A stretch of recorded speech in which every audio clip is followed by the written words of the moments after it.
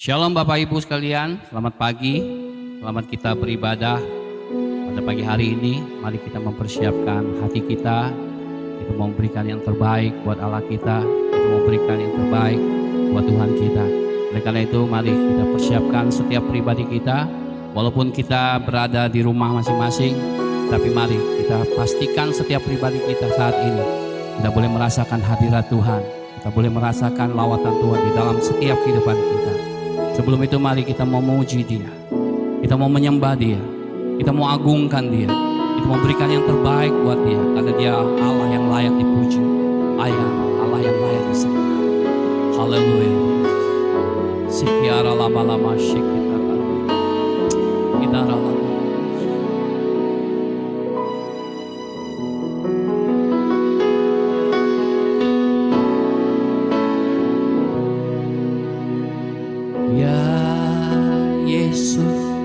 Telah mati bagiku, ya Tuhan selamatkan jiwaku. Bagi Dia pujianku tak dapat ku balas kasih-Nya. Ya angkatku jadi anaknya, beri damai di dalam hidupku. Bagi Dia sembahku, hanya Dia segalanya bagiku.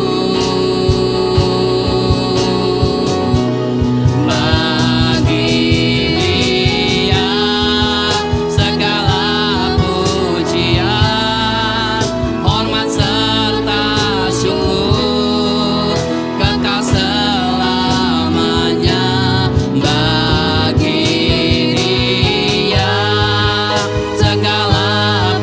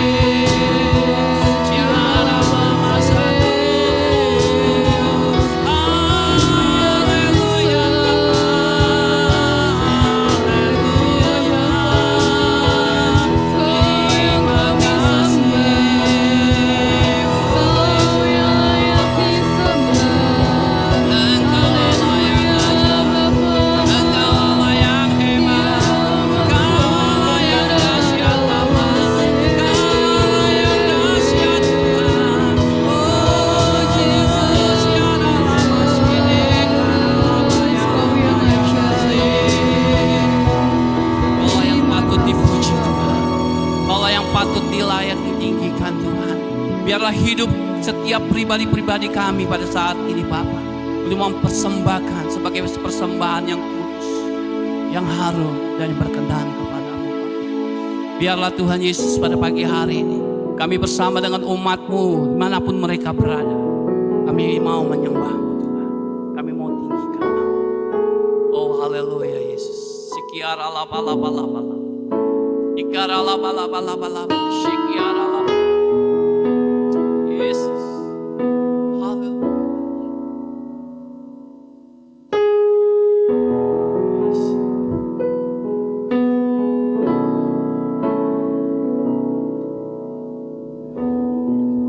Sekarang ku persembahkan di hadapan-Mu, oh Yesus Tuhan. Terimalah sekarang persembahanku, korban yang harum dan menyenangkan-Mu. Segenap hatiku, segenap jiwaku, kan ku sembah Kau Yesus Tuhan. Kan ku sembah Kau Yesus Tuhan.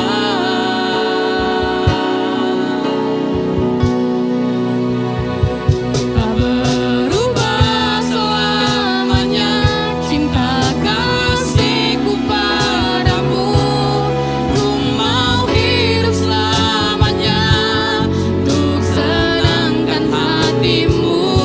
Tak berubah selamanya cinta kasihku padamu. Ku mau hidup selamanya untuk senangkan hatimu, Tuhan. Mari sama-sama kita katakan, hidupku sekarang Tuhan, ku persembahkan kepadamu. Hidupku sekarang ku persembahkan di hadapan-Mu, oh Yesus Tuhan. Terimalah sekarang persembahanku, korban yang harum dan menyenangkan-Mu. Segenap hatiku, segenap jiwaku, kan ku sembah Kau Yesus Tuhan. Kan ku sembah Kau Yesus Tuhan.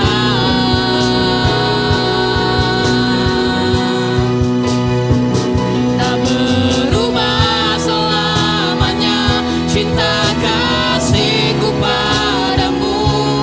Kau mau hidup selamanya ku senangkan hatimu. Tak berubah selamanya cinta kasihku padamu. Ku mau hidup selamanya ku senangkan hatimu, Tuhan.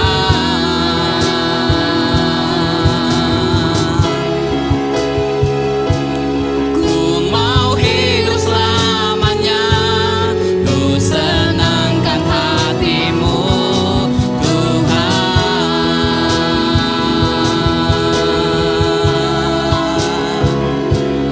Ku mau hidup selamanya ku senangkan hatimu, Tuhan.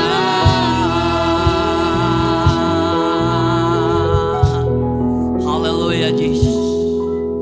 Haleluya Bapa. Kami mau Tuhan menyenangkan hati. Kami mau hidup selalu menyenangkan hati-Mu. Kami mau hidup kami Tuhan selalu membuat Engkau selalu tertawa Tuhan. Kami mau hidup kami selalu Tuhan di dalam setiap kehidupan kami menyatakan kemuliaan-Mu di dalam setiap kehidupan kami. Terima kasih Bapa, terima kasih. Inilah daripada persembahan kami Tuhan. Inilah doa kami Tuhan, inilah penyembahan kami yang kami naikkan di hadapan-Mu. Sebentar kami mau bersorak-sorai Tuhan, meninggikan nama-Mu, memuji dan meninggikan nama-Mu. Biarlah Engkau urapi setiap kami yang hadir saat ini, maupun seluruh jemaat pun dimanapun mereka berada Tuhan. Supaya hati mereka juga penuh dengan sukacita dan meninggikan nama-Mu. Terima kasih Bapa, kami serahkan semuanya ke dalam tangan-Mu. Di dalam nama Tuhan Yesus Kristus kami berdoa dan kami mengucap syukur. Haleluya. Amin. Haleluya. Mari kita berikan sorak-sorai buat Allah kita hari ini. Kita mau puji Dia. Kita mau katakan sesuatu yang luar biasa. Ya, nama Tuhan Yesus kita mau tinggikan saat ini. Haleluya.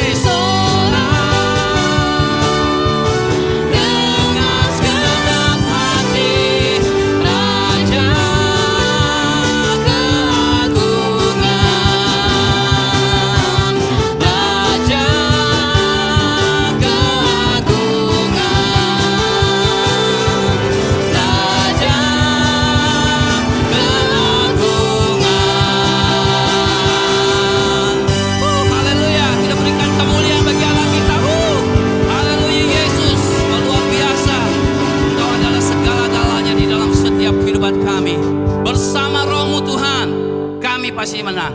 Kami sanggup melakukan segala sesuatu di dalam setiap kehidupan kami. Karena roh-Mu luar biasa. Roh-Mu itu dahsyat Bapa. Terima kasih Tuhan.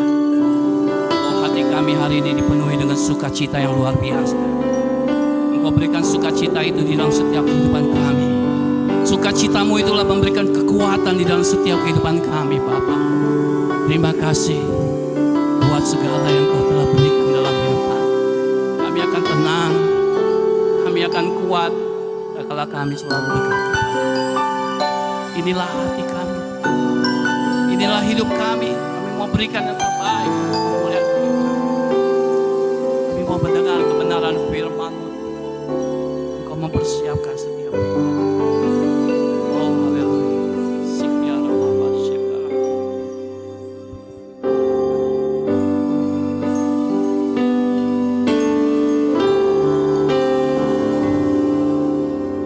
Inilah hidupku, ku serahkan kepadamu. Inilah hatiku, ku berikan bagimu. Ku tahu Tuhan, rancangan-Mu yang terbaik bagiku. Ku tahu Tuhan, pengorbanan-Mu yang mulia bagiku.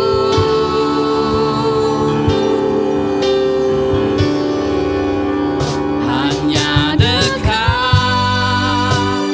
kepadamu, aku rasakan tenang.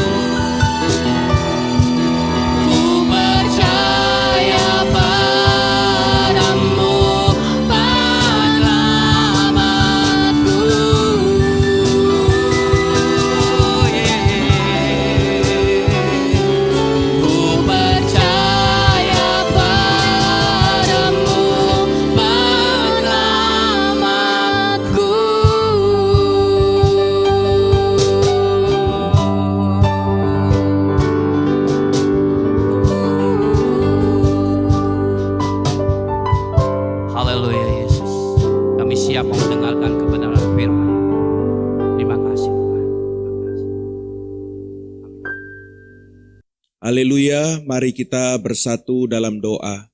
Bapa, kami bersyukur atas kebaikan dan kemurahan Tuhan. Pagi hari ini kami boleh berkumpul kembali di rumah-Mu. Dan kami percaya Tuhan, firman-Mu berkata 2-3 orang berkumpul dalam nama-Mu Engkau hadir. Dimanapun kami berada, kami yang di jam yang sama, kami bersekutu Tuhan. Kami percaya kehadiran-Mu akan melawat kami Tuhan. Dan kami percaya akan ada manifestasi kuasa-Mu yang bekerja. Engkau akan memerdekakan setiap kami dan Engkau akan membuat kami semakin dewasa, semakin mengenal dan semakin melekat kasih-Mu Tuhan. Terima kasih buat pagi hari ini dan sebentar kami mau duduk diam di bawah kaki-Mu. Kami mau mendengar kebenaran firman-Mu. Kiranya Roh Kudus-Mu mengurapi setiap kami dan biarlah Tuhan hikmat yang datang dari Tuhan turun buat kami. Sehingga pada saat kami mendengar firman-Mu, firman-Mu ini akan benar-benar berbicara atas setiap kami. Terima kasih Tuhan, kami mau sambut kebenaran firman-Mu hanya dalam satu nama yang ajaib, dalam nama Tuhan kita, Yesus Kristus. Haleluya, sama-sama kita katakan amin. Haleluya. Kasih tepuk tangan terlebih dahulu saudara terkasih dalam Tuhan dimanapun saudara berada. Wow, shalom. Saya menyapa saudara. Dan saya percaya setiap kita dalam penyertaan Tuhan, dalam pemeliharaan Tuhan, sehingga apapun keadaan kita mau terus berkata Tuhan itu baik dalam hidup kita. Amin. Coba lihat kiri kanan di anggota rumah keluarga saudara, dimanapun saudara berada, dan bilang sama kiri kanannya, Tuhan itu baik. Amin. Haleluya. Nah saudara terkasih dalam Tuhan, pagi hari ini kita kembali bertemu dalam firman Tuhan. Dan ada satu buah tema yang saya ingin sampaikan kepada saudara. Kalau saudara suka menyukai tema, saya akan berbicara tentang tema tangguh dalam kehidupan. Saudara terkasih dalam Tuhan, kenapa saya menyampaikan sebuah kebenaran firman Tuhan dengan berbicara tentang tema ketangguhan. Dan kita akan coba melihat dari kebenaran firman Tuhan terlebih dahulu. Mari kita lihat sama-sama dalam 2 Timotius pasal yang kedua, ayat yang ketiga sampai dengan yang keempat. 2 Timotius 2 ayat yang ketiga sampai dengan yang keempat. Demikian firman Tuhan. Ikutlah menderita sebagai seorang prajurit yang baik dari Kristus Yesus. Seorang prajurit yang sedang berjuang tidak memusingkan dirinya dengan soal-soal penghidupannya. Supaya dengan demikian ia berkenan kepada komandannya. Amin. Saudara terkasih dalam Tuhan, dari perenungan singkat kebenaran firman Tuhan yang baru saja kita baca, saudara terkasih dalam Tuhan, kita akan melihat bahwa firman Tuhan ini berbicara kepada setiap kita bahwa kita bukan hanya dipanggil sebagai anak Tuhan. Tapi saudara dalam ilustrasi ini, firman Tuhan berbicara kalau saudara dan saya diilustrasikan saudara dan saya untuk bisa menjadi seorang prajurit di dalam Kristus. Saudara terkasih dalam Tuhan, waktu saya merenungkan firman Tuhan ini, kenapa sih Tuhan bicara melalui firman Tuhan ini untuk memanggil saudara dan saya untuk menjadi prajuritnya Tuhan? Pernahkah saudara merenungkan, kenapa kita harus jadi seorang prajurit? Nah saudara terkasih dalam Tuhan, kalau kita melihat baik-baik, ternyata saudara, untuk menjadi seorang prajurit itu harus ditempa, harus dilatih begitu luar biasa. Supaya apa? Waktu menghadapi tantangan, waktu menghadapi sekaligus peperangan dalam hidupnya, dia akan menjadi pribadi yang tangguh, dia akan menjadi pribadi yang kuat. Ada orang-orang yang melatih fisiknya, tapi mereka nggak punya ketangguhan. Saya ingat betul saudara terkasih dalam Tuhan. Waktu dulu tahun 97, 98, ya waktu itu pas kerusuhan itu saudara. Sebelum kerusuhan saya punya teman saudara. Dan saudara dia itu hobinya saudara. Dia itu nge-gym. Wah, dia olahraga, saudara. Badan saya besar. Saudara, kalau saudara mau tahu, badan dia, saudara, lebih besar lagi dari saya. Wah, kalau jalan itu tegap. Wah, jalan itu tegap. Luar biasa, saudara. Dan dia itu sangat-sangat disiplin, sangat rajin dalam dia olahraga, dia nge-gym dan lain sebagainya. Sampai badan itu besar sekali. Saudara, singkat cerita, waktu kerusuhan tersebut, saudara, ya teman-teman kita yang lain ngajak dia, yuk kita lihat, yuk kita keluar, yuk kita ngelihat keadaan.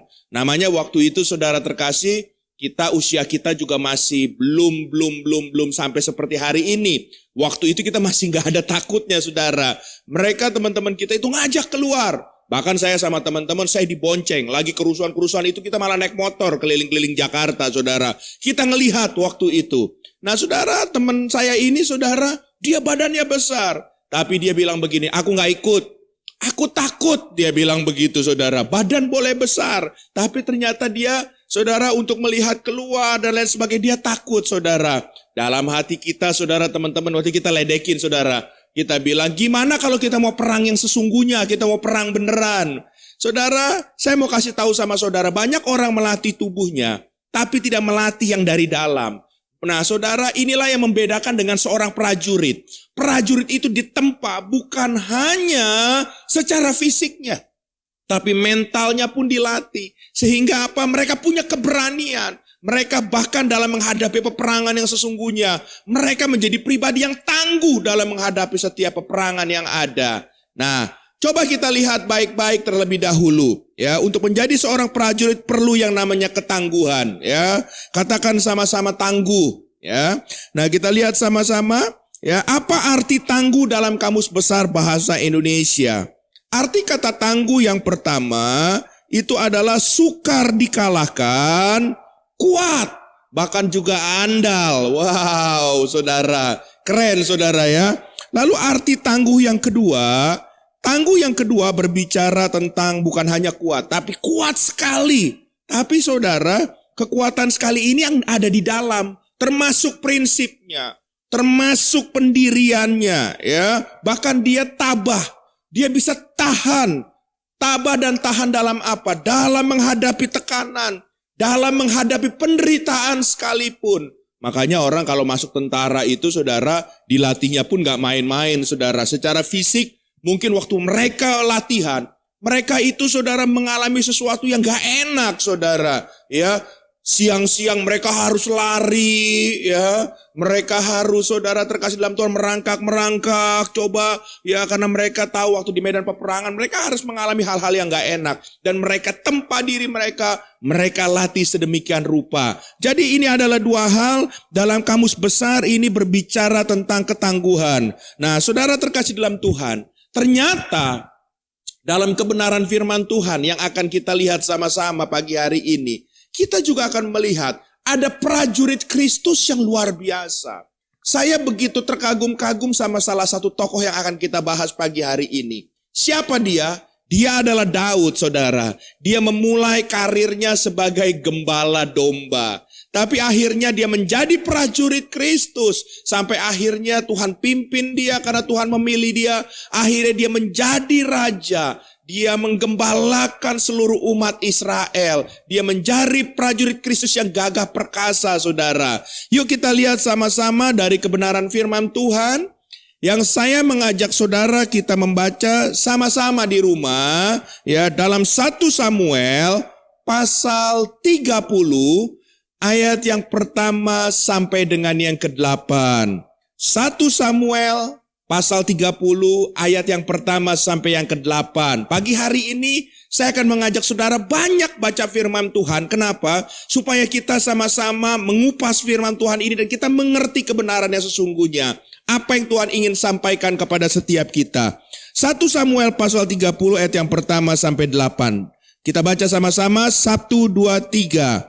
Ketika Daud serta orang-orangnya sampai ke Siklak pada hari yang ketiga, orang Amalek telah menyerbu tanah Negeb dan Siklak.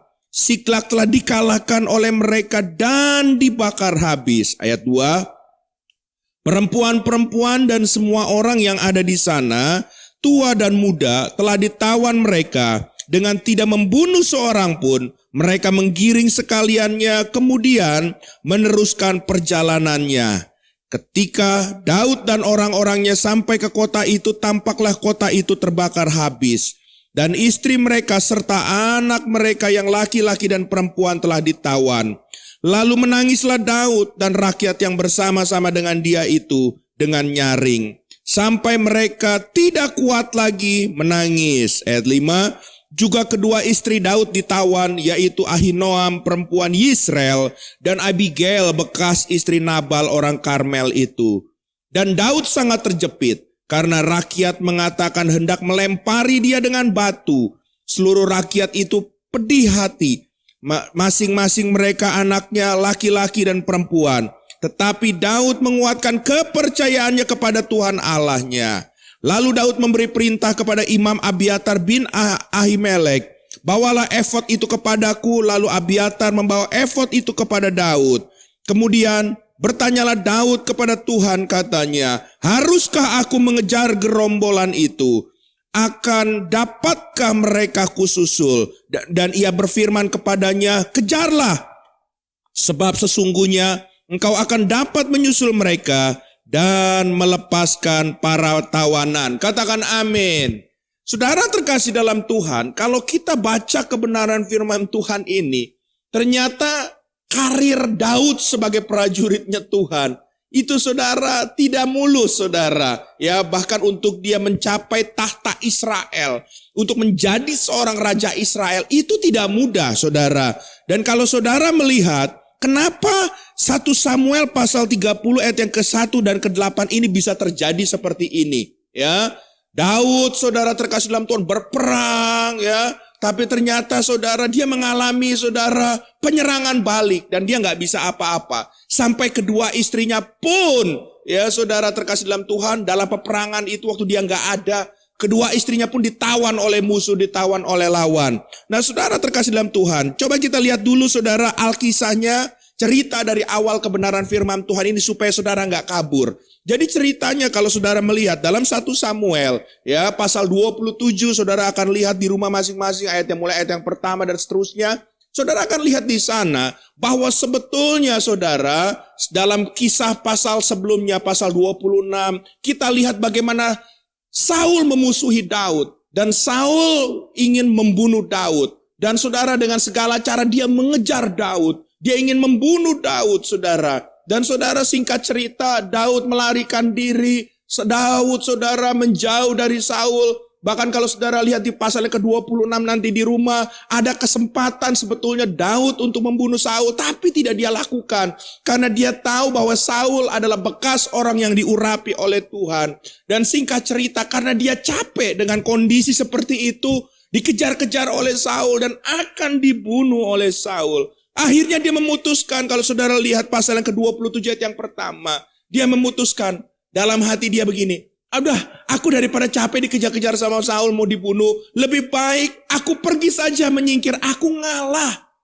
Aku akan ke Filistin, aku akan tinggal di sana. Dan singkat cerita, apa yang menjadi isi hatinya, apa yang menjadi tekadnya itu, dia lakukan saudara, dia pergi ke Filistin. Dan saudara, dia kemudian tinggal di sana. Dan waktu dia tinggal di sana, saudara tahu kalau pasal-pasal sebelumnya saudara baca, Daud itu adalah seorang yang dikenal di mana-mana.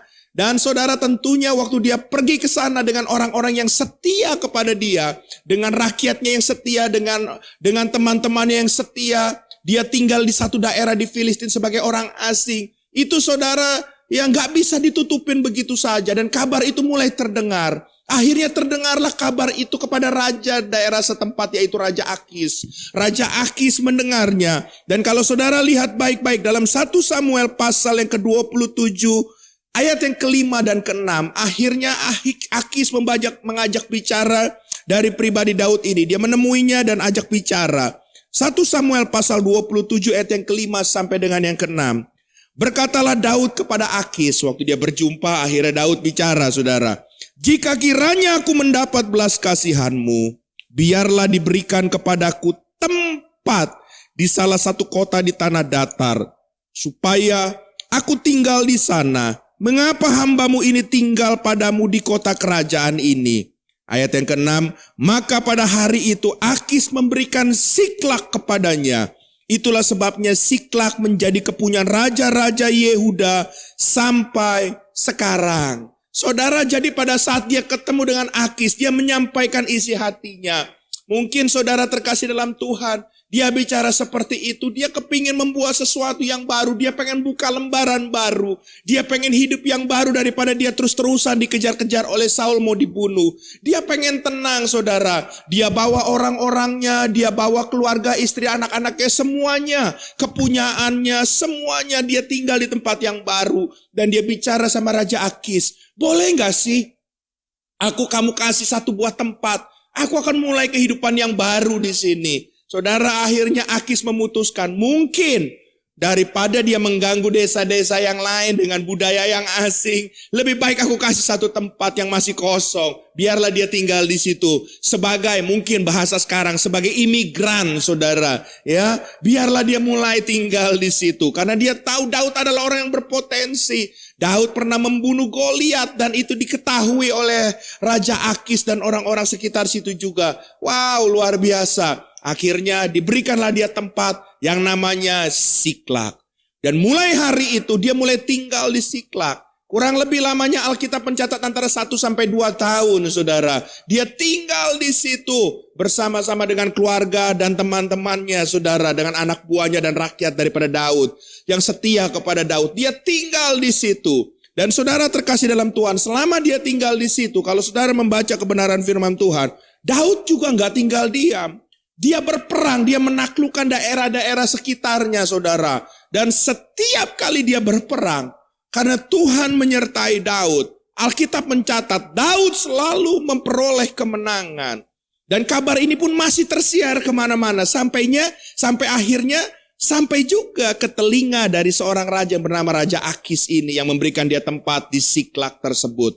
Dan singkat cerita, saudara terkasih dalam Tuhan, kalau saudara melihat kebenaran firman Tuhan, maka kita akan melihat ya dalam 1 Samuel pasal 28 ayat yang pertama sampai dengan yang kedua. Akis mulai berpikir, dia mulai berpolitik. Dia pikir Daud ini orang yang luar biasa dalam berperang dan dia disertai Tuhannya. Dan dia selalu menang. Alangkah baiknya kalau Daud menjadi orangku yang setia. Dan aku percaya bahwa apa yang aku lakukan, aku akan mengalami ekspansi. Saudara, dalam berpolitik kadang-kadang saudara, kalau kita nggak bisa lawan musuh kita harus rangkul dia. Dan posisi ini Daud yang tadinya adalah musuh dari orang Filistin, akhirnya dia tinggal di Filistin sebagai seorang pelarian dari Raja Saul. Akhirnya Raja Akis ini berusaha merangkul, makanya diberikan tempat. Nah setelah semuanya itu diberikan, nah dia nggak cukup puas sampai di situ, mulailah dia berpolitik. Dia mulai coba mau mengikat Daud. Supaya Daud akhirnya menjadi orang dia. Daud saudara diberikan posisi. Daud diberikan fasilitas yang lebih lagi. Coba kita lihat dalam 1 Samuel pasal yang ke-28. Ayat yang pertama sampai dengan yang kedua. Ya, 1 Samuel pasal 28 ayat yang pertama sampai kedua. Demikian firman Tuhan. Pada waktu itu orang Filistin mengerahkan tentaranya untuk berperang melawan orang Israel. Lalu berkatalah Akis kepada Daud, ketahuilah baik-baik bahwa engkau beserta orang-orangmu harus maju berperang bersama-sama dengan aku dalam tentara. Wow, dia mulai ini saudara. Dia tahu Daud dan seluruh anak buahnya, rakyatnya ini suka berperang. Dan dia selalu mengalami kemenangan. Maka dia langsung ikat Daud, dia kunci Daud. Ya, dia bilang, Daud, kamu dan orang-orang kamu harus bantu saya. Ayo harus ikut berperang dengan kami. Lalu ayat yang kedua, jawab Daud kepada Akis. Ya, dikatakan begini, baik, engkau akan tahu apa yang dapat diperbuat hambamu ini. Lalu Akis berkata kepada Daud, sebab itu aku mengangkat engkau menjadi pengawalku sendiri sampai selama-lamanya. Wow! Orang kalau memberikan sebuah jabatan, itu pasti saudara terkasih dalam Tuhan akan dievaluasi. Akan dikasih sesuatu masa. Tapi ini baru diangkat, dikasih kepercayaan. Langsung dikasih jabatan selama-lamanya. Dia jadi orang kepercayaan, dia menjadi tangan kanan Akis. Dia menjadi orang yang sangat dipercaya. Bahkan boleh masuk dalam segala medan pertempuran dengan dalam tim yang sudah punya Raja Akis sendiri. Jadi tim Daud ini dibawa masuk. Satu gerombol ini dibawa masuk. Ya, untuk menjadi tim kekuatan baru bagi Raja Akis dalam bertempur kepada orang Israel. Nah saudara terkasih dalam Tuhan, dari perenungan firman Tuhan ini, baru muncul tadi yang kita lihat. Kemudian saudara, dia pergi berperang. Kalau saudara lihat ayat selanjutnya, pasal selanjutnya, pasal 29, Daud bersiap-siap dan mulai pergi berperang. Dan saudara, Filistin pada saat itu ternyata begitu luas. Dan ternyata penguasanya itu bukan cuma Raja Akis. Ada raja-raja kecil, ada jenderal-jenderalnya. Dan waktu mereka kumpul untuk melawan Israel, ternyata waktu mereka melihat ada Daud dan timnya, mereka kaget. Dan mereka langsung bicara sama Akis dalam pasal 29. Akis, Raja Akis, kenapa kamu ajak mereka, orang-orang asing itu, orang-orang Ibrani itu, kenapa kamu ajak untuk masuk dalam tim kita? Saudara tahu, Akis coba menjamin Daud. Dia bilang, sudahlah, dia orang yang setia, dia orang luar biasa. Dia betul-betul tulus mendukung kita. Dia akan membela kita. Bahkan untuk melawan Israel, dia mau ikut walaupun dia adalah orang Israel. Saudara, tapi ternyata kalau saudara baca di pasal 29, tetap saudara, mereka itu gak ada damai sejahtera. Mereka itu takut dengan Daud. Mereka sampai bilang sama Akis, udahlah Akis, kita juga cukup, suruh dia pulang. Daripada, maaf bahasa saya, daripada dia nusuk dari belakang. Dia takut Daud mengkhianati mereka. Dan dia takut tiba-tiba Daud berbalik membela Israel. Selesai mereka. Lebih baik mereka yang berperang, Daud suruh pulang. Dan singkat cerita, karena teman-teman daripada Raja Akis ini menghargai Raja Akis, dia suruh Raja Akis yang menyuruh pulang Daud. Akhirnya Akis dengan berat hati memanggil Daud. Dia kasih penjelasan dan dia bilang begini, sudah Daud, ya karena teman-teman ini bukannya bagaimana, tapinya dia mungkin gak sejahtera bersama-sama dengan kamu berperang dengan Israel. Sudah kamu dan tim kamu semuanya, pasukan kamu pulang saja. Ya tinggallah kembali di Siklak. Ya nanti kalau aku perlu secara pribadi, aku akan minta bantuan lagi sama kamu. Tapi untuk pertempuran kalian gak usah ikut, pulang. Ya kalian istirahat saja. Ya dukung kami dari jauh saja. Singkat cerita, ya Raja Akis berkata seperti itu. Dan firman Tuhan berkata dengan jelas kemudian Daud kembali ke Siklak. 3 hari perjalanan dan pada hari ketiga mereka sampai ke Siklak. Tapi apa yang terjadi? Dari ayat yang kita baca tadi, ternyata waktu mereka tiba di Siklak, dalam 1 Samuel pasal 30 ayat yang pertama sampai ke-8, mereka kaget. Mereka mendapatkan, saudara, ternyata kota yang mereka diami dan ada keluarga mereka, ada kepunyaan mereka, ada segala sesuatu yang mereka tinggalkan. Ternyata selesai, habis dibakar, luluh lantah oleh musuhnya. Barang mereka dijarah. Istri mereka termasuk istri Daud dibawa kabur, ditawan oleh pasukan daripada orang Amalek, saudara. Dan pada saat itu kalau saudara membaca, betapa sedihnya hati Raja Daud. Bahkan kalau saudara melihat kebenaran firman Tuhan baik-baik, saudara terkasih dalam Tuhan, saudara baru bisa mendapati bagaimana Daud adalah seorang manusia biasa. Waktu menghadapi posisi seperti ini pun, dia gak bisa menutup perasaannya. Betapa hancur dia dalam menghadapi situasi peperangan tersebut. Datang ke dalam dia dan keluarganya dan bangsanya. Kalau saudara melihat ayat yang keempat, saya kembali dulu saudara. 1 Samuel pasal 30 ayat yang keempat yang tadi kita baca. Dikatakan, lalu menangislah Daud dan rakyat yang bersama-sama dengan dia itu dengan nyaring. Sampai mereka gak kuat lagi menangis. Saudara bayangin, dia nangis bukan nangis biasa. Bukan gitu. Tapi dia nangis, sudah benar-benar nangis sejadi-jadinya, meraung-raung. Sampai akhirnya nangis pun sampai gak bisa keluar air mata lagi. Sudah gak bisa ngomong, sudah gak bisa menjerit, dia nangis. Betapa sedihnya, betapa pilunya, betapa kesalnya hati Daud dan seluruh rakyatnya pada saat itu. Karena apa yang menjadi milik kesayangan mereka, istri, anak, kekayaan, semuanya itu. Bahkan rumah mereka luluh lantah, habis semuanya. Bahkan istri anak-anak mereka itu ditawan oleh musuh, orang Amalek. Saudara bayangkan baik-baik, maksudnya mau berperang, tapi dia malah diserang dengan bangsa yang berbeda dan dihancurkan. Saudara, disinilah bicara tentang Siklak. Ada kehilangan, ada kepedihan, ada segala sesuatu yang menyakitkan terjadi dalam hidup Daud. Dan saya mau bilang sama saudara, bukankah beberapa saudara hari ini juga sedang berasa seperti itu? dengan adanya pandemi yang tidak diduga-duga.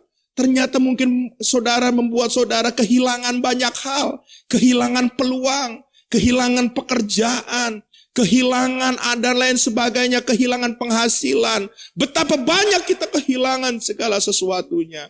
Tapi saudara terkasih dalam Tuhan, kalau kita lihat dan membaca kebenaran firman Tuhan, disinilah pada saat posisi seperti ini, sesungguhnya seorang prajurit baru diuji yang namanya ketangguhannya. Yang setuju dengan saya boleh katakan amin. Orang bisa dikatakan tangguh waktu menghadapi peperangan dalam hidupnya. Apakah dia down, apakah dia semakin jatuh, atau dia mau bangkit. Daud ini menghadapi peperangan yang sesungguhnya.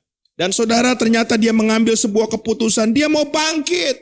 Dia mau melawan musuhnya. Makanya saudara, kalau kita melihat dalam kebenaran firman Tuhan yang kita baca sama-sama dan kita renungkan sama-sama, saya mau bilang sama saudara, ada satu statement yang bagus dikatakan begini.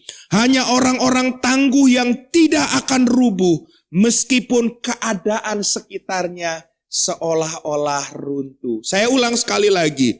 Hanya orang yang tangguh yang tak akan rubuh meskipun keadaan sekitarnya seolah-olah runtuh. Apakah saudara hari-hari ini melihat keadaan sekitar saudara seakan-akan runtuh? Penghasilan saudara runtuh, saudara dirumahkan, atau penghasilan saudara nggak seperti biasanya? Ada hal-hal yang akhirnya menjerat saudara? Atau banyak hal dalam kehidupan ini di tengah-tengah masa pandemi ini? Tapi saya mau bilang, jadilah pribadi yang tangguh di dalam Tuhan. Daud akhirnya bangkit. Dan kalau kita lihat, dia melihat dan dia mendengar suara Tuhan dan dia cari Tuhan. Dia akhirnya mengejar dan dia kembali mendapatkan apa yang menjadi milik dan bagiannya. Saya percaya kalau kita berjalan bersama dengan Tuhan, mungkin kita pernah mengalami kehilangan. Tapi kalau kita berjalan dengan Tuhan, Tuhan bisa mengembalikan apa yang terhilang. Bahkan Tuhan akan memulihkan segalanya. Yang setuju dengan saya boleh kasih tepuk tangan buat Tuhan.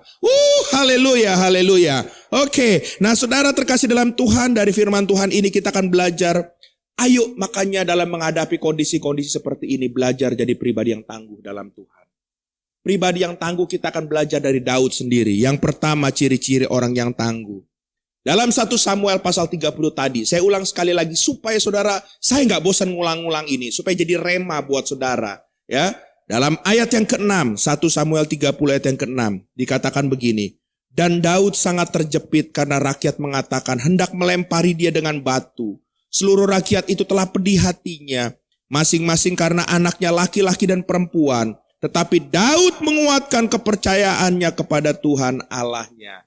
Bayangkan saudara terkasih dalam Tuhan, dia sudah kehilangan istrinya, kehilangan anaknya, kehilangan harta kekayaannya, rumahnya luluh lantah habis. Dan orang-orang yang tadinya setia sama dia, malah mau merajam Daud. Dia nyalahin Daud karena dia juga semuanya itu merasa kehilangan. Dia merasa, aku salah ikut Daud. Aku salah ikut pemimpin yang salah. Saudara bayangkan, sudah jatuh, dikatakan ketimpa tangga. Udah ketimpa tangga, nggak tahu ketimpa apa lagi. Inilah mungkin pada saat itu terjadi sama Daud perasaannya. Ya, dia nggak bisa ngomong lagi, hancur semuanya dalam kehidupan dia. Makanya dia nangis, meraung-raung. Tapi saya mau bilang sama saudara, ciri-ciri orang yang tangguh. Kalau rakyat yang dipimpinnya, orang-orang yang dipimpin oleh Daud, dia boleh mengeluh. Dia berontak sama Daud, dia menyalahkan Daud. Tapi ciri orang yang tangguh pertama, orang tersebut tidak suka mengeluh. Saudara lihat baik-baik respon dari Daud waktu Daud terjepit, ya, dikatakan apa? Tetapi Daud menguatkan kepercayaannya kepada Tuhan. Daud nggak mengeluh seperti rakyat yang dipimpinnya. Berapa banyak kita hari ini masih suka mengeluh? Haleluya, dengan kondisi kita. Aduh Pak, karena pandemi saya begini. Aduh Pak, saudara saya mau bilang sama saudara.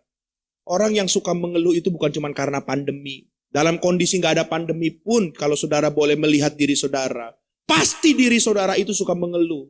Saya mau bilang sama saudara, kadang-kadang saudara, kita harus tahu nih saudara, ya.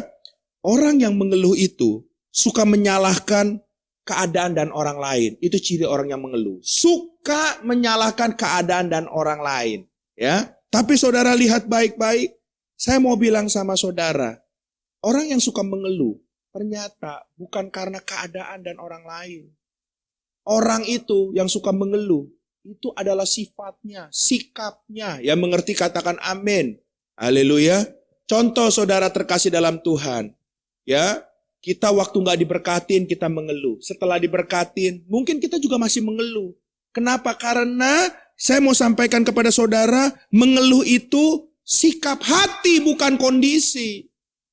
Waktu saudara punya sikap hati, mengeluh, ya saudara kan mengeluh apapun keadaannya. Sama seperti saudara punya sikap hati, mau pilihannya lawan dari mengeluh apa? Bersyukur.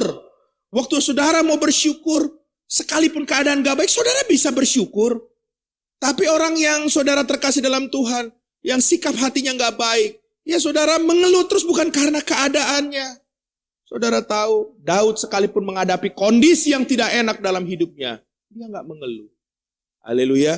Tapi dia menaruh kepercayaan lebih lagi kepada Tuhan. Jadi saya mau kasih tahu sama saudara, mengeluh itu sikap hati, bukan keadaan. Jangan menyalahkan keadaan lagi. Justru dengan keadaan seperti ini, Tuhan lagi menguji ketangguhan iman saudara, ketangguhan hidup saudara. Apakah saudara bergantung sepenuhnya sama Tuhan, atau saudara mengandalkan kekuatan sendiri? Ya, makanya kalau saudara mengandalkan kekuatan sendiri, saudara akan nyalahin keadaan, nyalahin orang. Tapi kalau saudara mengandalkan Tuhan, wow, saudara pasti bisa berserah penuh kepada Tuhan. Yang setuju katakan amin. Haleluya. Lalu yang kedua yang saya ingin sampaikan sama saudara, ya, bagaimana ciri-ciri yang ketangguhan yang kedua? Masih di ayat yang sama, ya. 1 Samuel 30 ayat yang ke-6. Dan Daud sangat terjepit karena rakyat mengatakan hendak melempari dia dengan batu. Seluruh rakyat itu telah pedih masing-masing karena anaknya laki-laki dan perempuan. Tetapi Daud menguatkan hati, menguatkan kepercayaannya kepada Tuhan Allahnya. Jadi yang kedua, bicara orang yang teguh itu adalah orang yang memiliki iman yang kuat. Imannya iman yang teguh. Walaupun dalam kondisi yang gak baik, tetap dia jaga imannya. Dia jaga kepercayaannya kepada Tuhan. Ya, dia gak gampang terombang-ambing. Waktu orang nyalahin Daud, nyalahin keadaan, nyalahin situasi. Lu si Daud, kamu si Daud, kenapa ikut si Akis perang dan sebagainya. Dia gak bilang gini, oh iya kita salah ya. Enggak. Dia diam. Tapi dia menaruh kepercayaannya kepada Tuhan. Dia taruh kepercayaan lebih lagi kepada Tuhan. Ini bicara iman. Makanya dalam Ibrani pasal 11 ayat yang ke-6. Ya, coba teman-teman lihat di rumah masing-masing ya. Saudara lihat semuanya. Ibrani 11 ayat yang ke-6. Tetapi tanpa iman tidak mungkin orang berkenan kepada Allah. Sebab barang siapa berpaling kepada Allah, ia harus percaya bahwa Allah ada. Dan bahwa Allah memberi upah kepada orang-orang yang sungguh mencari Dia. Iman saudara diuji waktu saudara mengalami kehilangan. Daud diuji, orang-orang ini diuji. Istrinya hilang, anak-anaknya hilang, harta bendanya hilang. Saya mau tanya sama saudara, apa yang mungkin saudara merasa kehilangan hari ini dalam hidup saudara? Dengan pandemi ini mungkin banyak hal saudara ada kehilangan. Kehilangan pekerjaan, kehilangan penghasilan, atau berkurang penghasilan, ya kekurangan lain sebagainya. Tapi di sinilah iman saudara sedang diuji. Jangan saudara terpuruk dengan kehilangan saudara. Tapi saudara harus tetap percaya kepada Tuhan. Ya, bahwa Tuhan itu sanggup mengembalikan segala sesuatunya. Ada 2 contoh Alkitab bicara soal iman. Bicara soal dia percaya sesungguhnya sama Tuhan. Yang pertama saya ambil contoh Abraham. Bapa segala orang percaya. Coba kita lihat. Dalam Roma pasal 4 ayat yang ke-18 dikatakan begini. Sebab sekalipun tidak ada dasar untuk berharap. Namun Abraham berharap juga dan percaya bahwa ia akan menjadi bapa banyak bangsa menurut yang telah difirmankan. Demikianlah banyaknya nanti keturunanmu. Keren ya saudara, Abraham. Enggak ada dasar untuk percaya tapi dia tetap berharap. Dia tetap percaya bahwa Tuhannya sanggup. Contoh yang kedua, supaya saudara pikir ini saudara firman Tuhan ini memberikan cuma teori tapi nggak ada realisasinya. Tapi no. Firman Tuhan itu ada contoh-contohnya. Ada bukti real orang-orang yang mengalami itu. Dan kalau mereka bisa, kita juga sama. Kita juga pasti bisa. Contoh yang kedua Ayub. Ya, Ayub pasal 23 ayat yang ke-10. Dikatakan begini. Ayub 23 Ayat yang ke-10.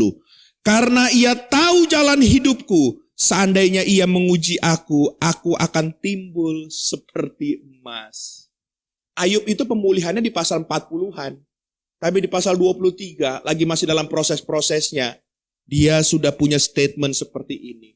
Dia percaya dia akan dimunculkan seperti emas murni, saudara.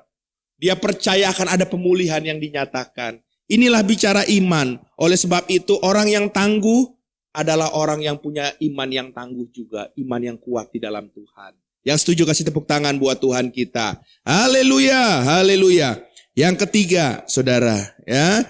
Yang ketiga dalam 1 Samuel pasal 30 ayat yang ke-8. Ya. Kemudian berkatalah Daud kepada Tuhan, katanya, haruskah aku mengejar gerombolan itu? Akan dapatkah mereka kususul? Dan ia berfikiran kepadanya, kejarlah. Dan ia berfirman kepadanya, kejarlah. Sebab sesungguhnya engkau akan dapat menyusul mereka dan melepaskan para tawanan. Hal yang ketiga yang saya ingin sampaikan, orang yang tangguh itu bukan orang yang berjalan sendiri. Bukan orang yang mau-mau sendiri. Tapi orang yang tangguh di dalam Tuhan. Orang yang selalu bertanya kepada Tuhan sebelum dia melangkah. Amin. Haleluya. Saya ulang sekali lagi. Orang yang tangguh di dalam Tuhan adalah orang yang bertanya kepada Tuhan sebelum dia melangkah. Daud itu bertanya sama Tuhan, itu bukan cuma sekali ini loh saudara.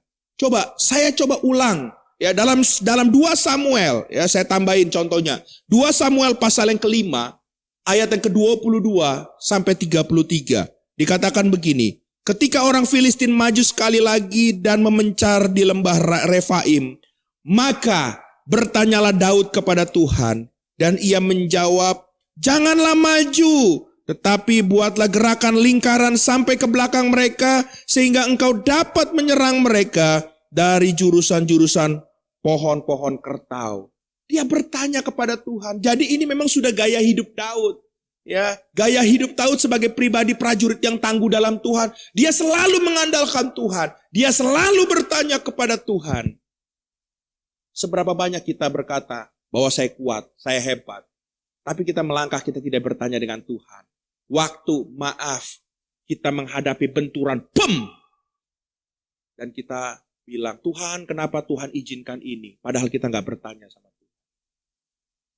Kalau kita disertai oleh Tuhan, sekalipun kita menghadapi peperangan, saya percaya Tuhan Immanuel, dia akan menyertai kita. Amin. Haleluya. Oleh sebab itu saudara terkasih dalam Tuhan, yuk dalam Mazmur pasal 37 ayat yang ke-5 dikatakan begini. Waktu kita bertanya sama Tuhan, artinya begini.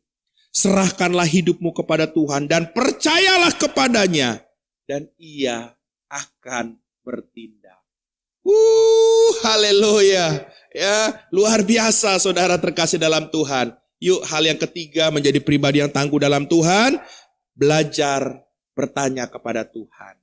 Yang terakhir. Ya, saya nggak akan lama-lama saudara. Ini yang terakhir dan saya janji ini terakhir sekali saudara. Poin yang keempat, yang terakhir ya. Masih dalam ayat yang sama 1 Samuel pasal 30 ayat yang ke-8. Kemudian bertanyalah Daud kepada Tuhan, katanya, haruskah aku mengejar gerombolan itu? Maksudnya orang Amalek itu ya.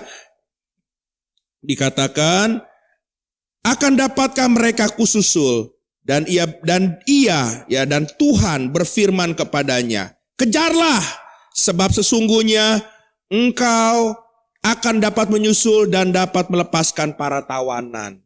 Jadi hal yang ketiga, orang yang tangguh adalah waktu dia menghadapi medan peperangannya sendiri. Dia akan berani menghadapi, bahkan bukan cuma menghadapi, dia berani mengejar. Haleluya. Hari ini saudara mungkin merasa tertinggal. Karena ada hal-hal peperangan dalam hidup saudara, membuat saudara tertinggal.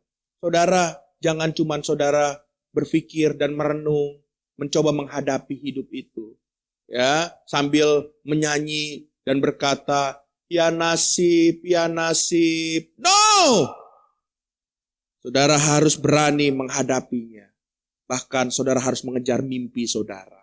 Kejarlah apa yang menjadi ketertinggalan saudara. Kejarlah apa yang telah terhilang dari hidup saudara.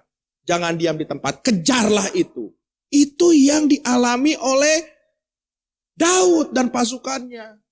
Dia mengejar dan akhirnya dia mendapatkan kembali apa yang terhilang. Bahkan Alkitab berkata, kalau saudara lihat nih di pasal selanjutnya itu ya, saudara lihat di ayat selanjutnya, bahkan bukan cuma hal-hal yang besar yang dia dapatkan, bahkan hal kecil pun dia dapatkan semua, tidak ada yang terhilang satupun juga. Keren saudara, karena dia berjalan bersama dengan Tuhan dan dia kejar. Haleluya. Banyak kita gak berani mengejar waktu kita mengalami sesuatu benturan dalam hidup kita.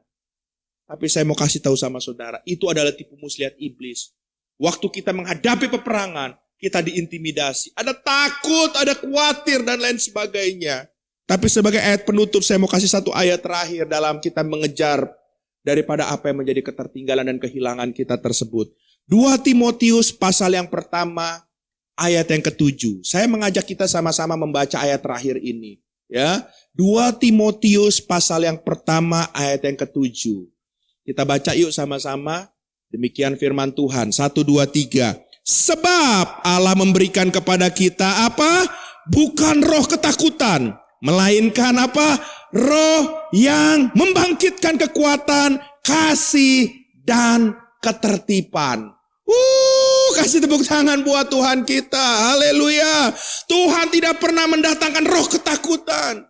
Tapi dia akan memberikan kita roh yang membangkitkan, memberikan kekuatan, mengiring kita dengan kasih-Nya, memberikan kita disiplin, ketertiban dalam berjalan bersama dengan Tuhan. Sehingga saudara dan saya akan meraih janji-janji Tuhan, kemenangan menjadi bagian saudara dan saya. Amin. Haleluya. Hari ini saudara terkasih dalam Tuhan, apapun kondisi saudara, saudara boleh nangis hari ini. Tapi jangan diam di tempat dengan menangis saudara. Kejar! Karena saya percaya waktu saudara berjalan bersama dengan Tuhan, saudara bisa meraih ketertinggalan dan apa yang terhilang dalam hidup saudara. Saya dulu pernah gagal, termasuk dalam studi saya. Karena dulu saya nakal. Tapi waktu saya mengiring Tuhan, saya ngerti prinsip ini. Saya kejar ketertinggalan. Dari saya yang awalnya saudara, titel saya cuma S3, SD, SMP, SMA.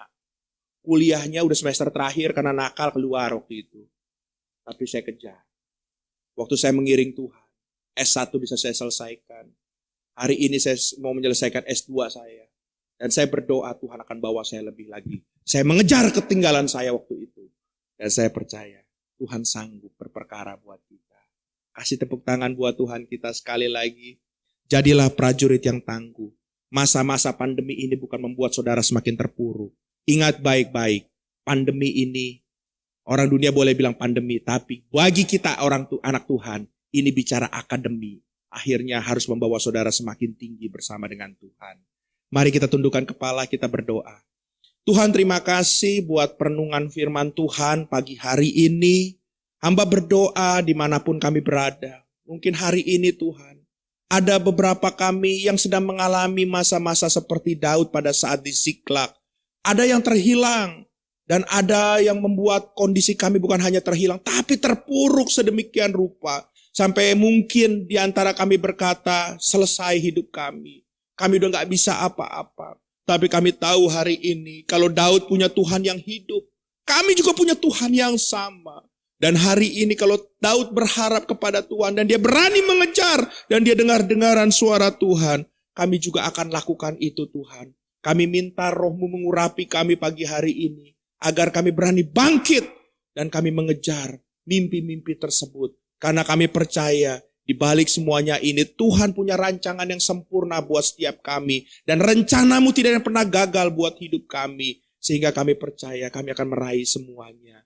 Terima kasih Tuhan, berikan kami kekuatan, berikan kami kemampuan. Roh yang gagah perkasa, roh yang tangguh, yaitu Roh Kudus yang berdiam dalam hidup kami, yang memimpin langkah kami ke depan nanti Tuhan.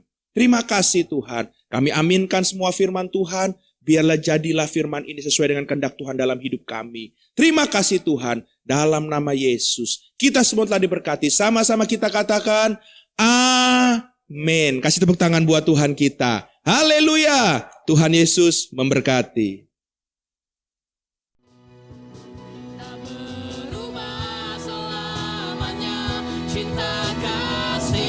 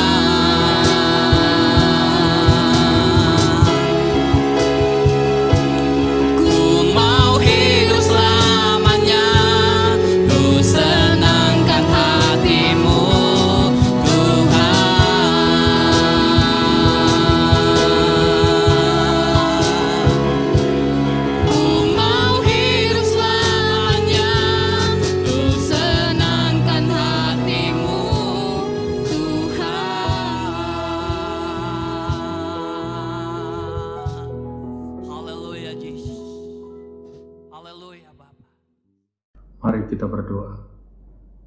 Bapa di dalam surga, Tuhan kami Yesus Kristus, kami bersyukur kepadamu Tuhan atas penjagaanmu dalam kehidupan kami Tuhan, bagi anak-anak kami, bagi keluarga kami, bagi orang-orang yang kami kasihi Tuhan. Kami merasakan perlindungan-Mu Bapa. Terpujilah nama-Mu Tuhan. Tuhan, kami telah mendengarkan firman-Mu Bapa. Biarlah firman-Mu ini Tuhan menjadi bekal dalam kehidupan kami, agar kami tahu Bapa apa yang menjadi kehendak dan rencana-Mu dalam kehidupan kami. Lewat firman-Mu Tuhan kami diberkati. Lewat firman-Mu Tuhan kami diajar Bapa untuk lebih mengenal lagi, lebih dalam lagi Tuhan mengenal Engkau. Sehingga untuk mengenal Engkau Tuhan, kehidupan kami berubah Tuhan, menjadi lebih baik lagi Bapa, menjadi lebih maju lagi Bapa, bukan mundur Tuhan, menjadi naik Tuhan, bukan turun. Kami diberkati lewat firman-Mu ini Tuhan. Tuhan, Kau berkati juga Bapa gereja-gereja, hamba-hamba-Mu Tuhan, dimanapun mereka berada Tuhan. Hamba-hamba-Mu, gereja-gereja-Mu yang aman Bapa, yang dapat menjalankan ibadahnya dengan baik, tidak ada gangguan Bapa. Semakin Kau berkati Tuhan, saling bantu-membantu Bapa. Begitu juga gereja-Mu, hamba-hamba-Mu yang berada di dalam tekanan Bapa, dalam teror Bapa. Mereka dilukai, mereka disakiti, bahkan mereka mati Bapa, dibunuh Tuhan. Kehendak dan rencana mulai yang jadi bagi mereka Tuhan. Karena kami tahu Bapa, rencana Tuhan adalah rencana yang indah. Terpujilah nama-Mu Tuhan. Begitu juga Tuhan anak-anak-Mu Tuhan yang terusir, yang terteror Tuhan, untuk demi nama-Mu Bapa. Berkati mereka Bapa. Berkati mereka Tuhan limpah Tuhan. Sehingga mereka tahu betapa kasih-Mu bagi mereka Tuhan. Begitu juga Tuhan orang-orang yang menyakiti Bapa, anak-anak-Mu, hamba-hamba-Mu Tuhan. Kau taruh mereka hati yang lembut Tuhan, hati yang baik, hati yang tahu Bapa, mana yang baik dan mana yang salah Tuhan. Sehingga mereka juga dapat mengenal Engkau Tuhan dan merubah kehidupan mereka Tuhan. Karena hanya dalam nama-Mu ada pertobatan Tuhan. Karena hanya dalam nama-Mu ada mujizat. Lewat nama-Mu terjamin surga Tuhan. Terima kasih Bapa. Ampuni kami Tuhan. Layakkan kami Bapa. Begitu juga bangsa kami Tuhan. Bangsa Indonesia, negara Republik Indonesia Tuhan, dapat terberkati lewat hamba-hamba-Mu yang berdoa kepada-Mu Tuhan, yang sujud Bapa untuk berdoa bagi negara ini Tuhan, agar negara ini Tuhan lepas dari terganggunya ekonomi yang saat ini Tuhan, oleh karena pandemi COVID-19 Tuhan. Bapa, agar bangsa ini menjadi baik Tuhan, sehingga anak-anak-Mu, gereja-gereja-Mu dapat beribadah dan menjalankannya dengan baik Tuhan. Tidak ada gangguan sesuatu apapun Tuhan. Terpujilah nama-Mu Tuhan, bagi anak-anak-Mu, bagi hamba-Mu, bagi umat-Mu Tuhan, yang rindu Bapa, yang menanti Tuhan, yang memohon kepada-Mu Tuhan, yang agar terkabulkan Tuhan apa yang menjadi kerinduan dan permohonan mereka Tuhan. Kami percaya Tuhan, mata Tuhan tidak buta Bapa, tapi dapat melihat anak-anak-Mu Tuhan, dapat mendengarkan anak-anak-Mu Tuhan yang memohon kerinduan, apa yang menjadi cita-cita dan pemikiran mereka Tuhan. Terpujilah nama-Mu Tuhan, ampuni kami Tuhan, dan layakkan kami. Terpujilah nama-Mu di dalam nama Yesus. Amin. Ya, mari saudara-saudara, kita angkat tangan kita tinggi-tinggi dan buka hati kita sepenuhnya di hadapan Tuhan. Terimalah berkat dan anugerah yang besar dari Allah Bapa kita. Damai sejahtera, kasih sayangnya, kasih setianya, kasih karunia-Nya dari Tuhan kita Yesus Kristus di dalam persekutuan Roh yang Maha Kudus ada menyertai saudara sekalian dan tetap tinggal bersama saudara. Diberkati keluarga saudara, rumah tangga saudara, diberkati pekerjaan saudara, diberkati pelayanan saudara, demikian juga diberkati anak-anak saudara di dalam studi mereka, diberkati semuanya. Demikian juga saudara diberkati pelayanan saudara dan pengadilan saudara, diberkati semuanya. Sehingga hidup saudara menjadi melimpah di dalam kasih karunia-Nya. Terima kasih Bapa, terpujilah bagi nama-Mu. Di dalam nama Tuhan Yesus Kristus, kami sudah menerima berkat-Mu. Haleluya. Amin.